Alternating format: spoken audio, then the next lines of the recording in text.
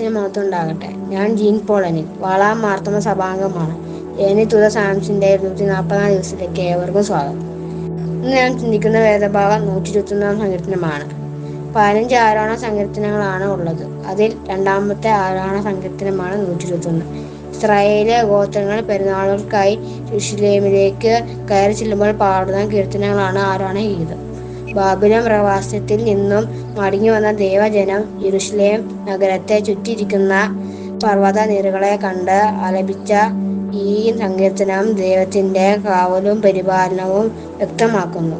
ഈ കാണുന്ന പ്രകൃതി പ്രതിഭാസങ്ങളെയും പ്രപഞ്ചത്തെ തന്നെയും സൃഷ്ടിച്ച ദൈവം എത്ര വലിയവനാണ്, സർവശക്തനാണ്.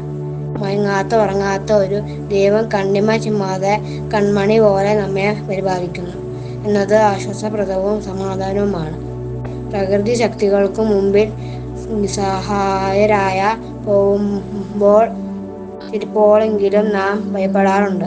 എന്നാൽ നമ്മുടെ പ്രാണനെ പരിപാലിക്കുന്ന ദൈവം നമുക്ക് കാവലാകുമെന്ന് ഭക്തന് ഉറപ്പിക്കുകയാണ്. ഈ സങ്കീർത്തനം ആകാശത്തെയും ഭൂമിയെയും സൃഷ്ടിച്ചു ഉറങ്ങാത്ത മയങ്ങാത്ത യഹോവ നമ്മുടെ അഭയ ഗോപുരമായിരിക്കട്ടെ. പ്രാർത്ഥിക്കാം. സ്നേഹവാനായ സ്വർഗീയ പിതാവേ, കാവലും കരുതലുമായ ഉറങ്ങാതെ ഞങ്ങളെ പരിപാലിക്കുന്ന ഞങ്ങളുടെ ദൈവമേ, ദിനം തോറും ഞങ്ങളെ ഈ വചനത്താൽ ധൈര്യപ്പെടുത്തുകയും ഉറപ്പിക്കുകയും ചെയ്യണമേ. ആമേൻ.